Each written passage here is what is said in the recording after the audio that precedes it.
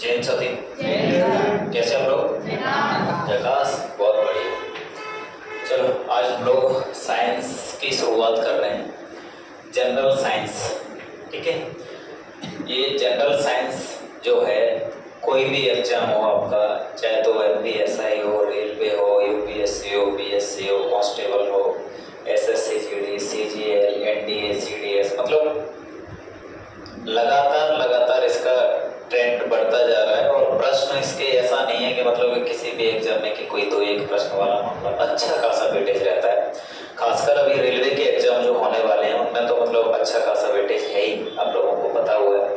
तो देखते हैं भाई आप लोग कितनी मेहनत कर लेते हो, जितनी मेहनत कर लोगे वो इतनी मतलब फायदा हो जाएगा। तो जनरल साइंस, ठीक है। तो सबसे पहला प्रश्न तो यही है कि सर विज्ञान है क्या, है ना?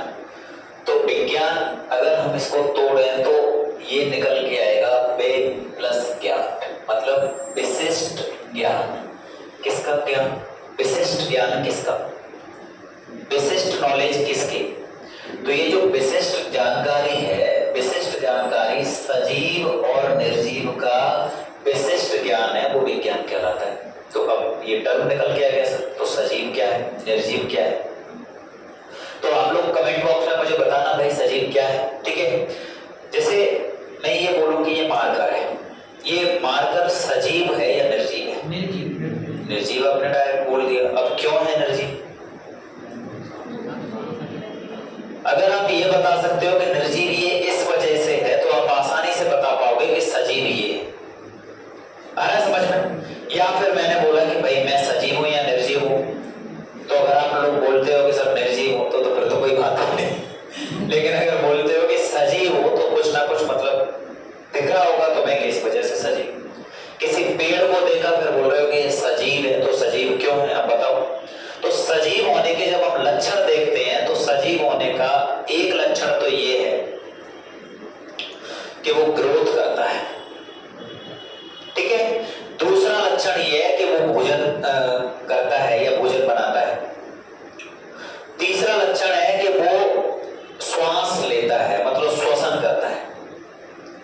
चौथा लक्षण है वो प्रजनन करता है। क्या करता है? प्रजनन करता है। तो ये सजीव होने के लक्षण है। अगर ये सारी की सारी चीजें किसी में दिखती हैं तुम्हें तो मतलब मामला क्या है, वो सजीव है। और अगर ये नहीं है तो फिर वो क्या है, निर्जीव है।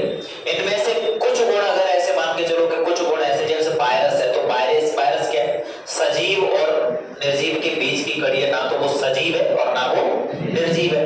तो प्रॉब्लम क्या है भाई, उसको किसी और के मतलब बॉडी में जाने के बाद वो उसको बोलता है कि अब मेरे अकॉर्डिंग टू DNA की प्रतिलिपि बना, तब जाके वो अपने हिसाब से चीजों को, मतलब उसको कोई माध्यम चाहिए तब जाके वो सजीव की भूमिका में आता है, बाकी वो निर्जीव घूमता रहता है। आ गया समझ में? तो मैंने बोला कि सजीव क्या है, तो सजीव होने के लिए श्वसन करेगा, भोजन करेगा, ग्रोथ होगी, प्रजनन करेगा, तो क्या है, वो सजीव है। और अगर ये सारी की सारी चीजें नहीं होती है, क्रिया नहीं होती है, तो फिर वो क्या है, निर्जीव। ठीक है, तो जैसे हम ये बोले ये मार्कर है, ये मार्कर जैसा है वैसा का वैसा ही रहेगा, या कल आओगे तो मतलब ये बढ़ जाएगा, बढ़ जाएगा नहीं। ऐसा तो नहीं कि यहाँ पे रख के छोड़ गए कल दो हो जाए इसमें से, है तो बोलोगे रात अकेले क्या छोड़े सर, ये दो हो गए, ऐसा कुछ होगा नहीं। कुछ हाथ पैर भी नहीं निकलेंगे इसके, ऐसा कैसे? इसको भोजन पानी कुछ ऐसा करके मामला नहीं, बिल्कुल भी नहीं। बोलोगे नहीं सर स्याही तो डालते हैं, अब तुम डालते हो ना, उसने कहा बोला कि डालो, है? और दूसरी बात वो भोजन पानी नहीं है, उसका क्या है, वो मशीन है एक तरीके से। क्या है? मशीन है। ये क्या है? ये निर्जीव चीज है। इसको तुम पटक दो तो कोई दिक्कत नहीं, उठा दो तो कोई दिक्कत नहीं, काट दो तो कोई दिक्कत नहीं, मतलब वस्तु है। क्या ये? वस्तु है। और वस्तु है तो क्या है? निर्जीव है। क्या है? निर्जीव। लेकिन तुम बोलोगे सर के मतलब लोग तो बोलते हैं कि पेड़ों में जीवन होता है, तो फिर पेड़ को भी पटक देता तब भी उसको कोई दिक्कत नहीं होती है। तो दिक्कत तो तुम्हें भी नहीं होती, जब तक तुम्हारा ये माइंड है ना, ये काम करता है ना, तब तक तुम्हें दिक्कत होती है। अब मैं बोलूँ कि मतलब एक इंजेक्शन डाल दिया, और इंजेक्शन वो डाल दिया है कि जिससे तुम्हारा जो ब्रेन है ना वो काम करना बंद कर दिया है? और फ्रंटल लोब ने जैसे ही काम करना बंद किया उसके बाद मतलब तुम्हें कोई फर्क नहीं पड़ेगा 1% भी तुम कहाँ डले हो, कहाँ क्या है, कहाँ कुछ है, तुम्हें कोई काटता है तभी तो कोई दिक्कत नहीं। तो फिर क्या तुम निर्जीव हो गए? बिल्कुल भी नहीं, सजीव तो तब भी हो। मतलब जब तक तुम्हारा माइंड ठीक से एक्टिव है तब तक तुम्हें दर्द का एहसास हो रहा है। क्या हो रहा है? दर्द का एहसास हो रहा है। तो वो चीजें मतलब पेड़ के अंदर नहीं है, तो इस वजह से उसको एहसास नहीं होता, लेकिन वो सजीव तो है। कोई दिक्कत तो नहीं है ना? मैंने बोला कि साइंस में हम अध्ययन करते हैं किसका? सजीव और निर्जीव का अध्ययन करते हैं, लेकिन इसमें विशिष्ट जानकारी की बात हो रही है। किसकी? Specific knowledge. तो अब यहाँ पे दो चीजें निकल के आती हैं कि एक स्पेसिफिक है तो दूसरी साइड कैसी होती होगी? जनरल चीजें। तो जनरल माने अगर मैं तुमसे ये बोलता हूँ सिंपल सा कि मतलब मुझे एक बात बताओ कि एक आईएएस कैसा होता है? तो आईएएस को मतलब सारी की सारी चीजों के बारे में सामान्य जानकारी रहती है ना? ये दवाई है, कोविशील्ड किसने बनाई है, कौन सी कंपनी ने बनाई है, क्या प्रॉब्लम है, क्या मतलब, ठीक है। लेकिन ये जरूरी नहीं है उसके लिए ये कहीं पे भी एलिजिबिलिटी नहीं लिखी हुई है कि तुम्हें ये पता होना चाहिए कि उसमें कितने % केमिकल ये डलेगा, इससे ये चीजें मतलब बनती हैं। मोबाइल बनी है तो मोबाइल में इसमें मतलब कौन सा तार कहाँ पे फिट होगा, कहाँ पे क्या होता रहता है, क्या मतलब वो क्या है?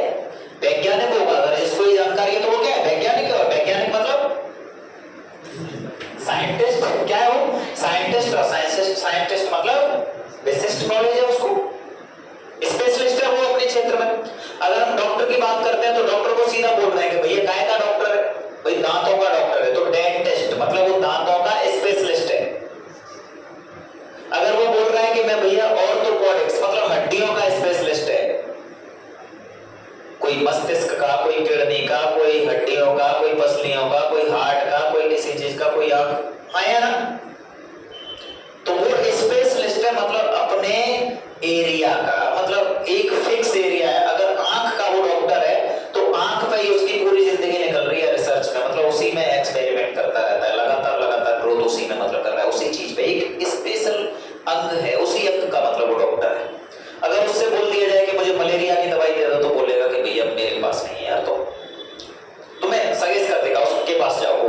तो वो फिर वो पता चलेगा कि तो वो मलेरिया का स्पेशलिस्ट है, एक डेंगू का स्पेशलिस्ट है, इसका हाँ यार। मुझे जो समझाना था समझ गए हम? निर्जीव और सजीव का मतलब क्या होता है आगे समझ में? तो विज्ञान में हम इनका अध्ययन करते हैं। अब देखो विज्ञान की बहुत सारी शाखाएं हैं, लेकिन बहुत सारी शाखाओं में से हमारे लिए जो प्रमुख शाखाएं हैं वो प्रमुख शाखाएं हैं तुम्हारा बायोलॉजी, फिजिक्स, केमिस्ट्री, यानी कि जीव विज्ञान, भौतिक विज्ञान और रसायन विज्ञान।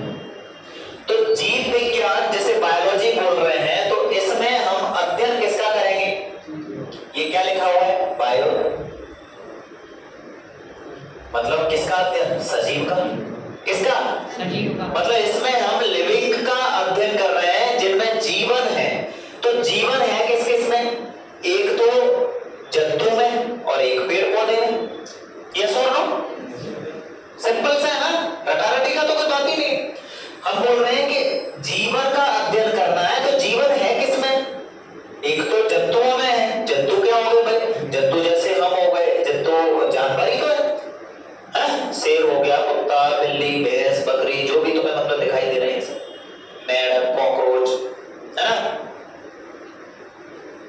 और पेड़ पौधों की बात करते हैं तो आपके आसपास जितना भी मतलब आपको पेड़ दिखाई देते हैं, पेड़ पौधे दिखाई देते हैं, वो सब तो उनमें क्या है? जीवन है। क्या है उनमें? जीवन है। तो मतलब वो सब क्या है?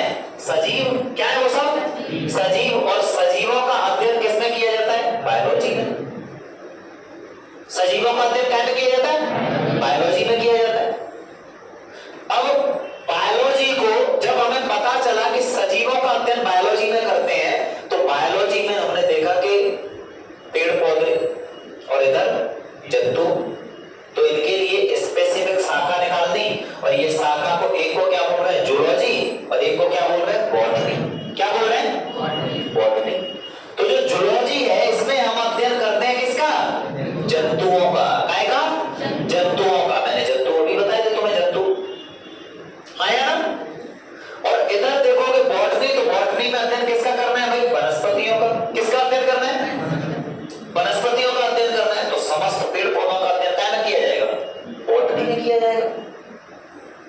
अब देखो ध्यान से, थोड़ा वापस चलते हैं।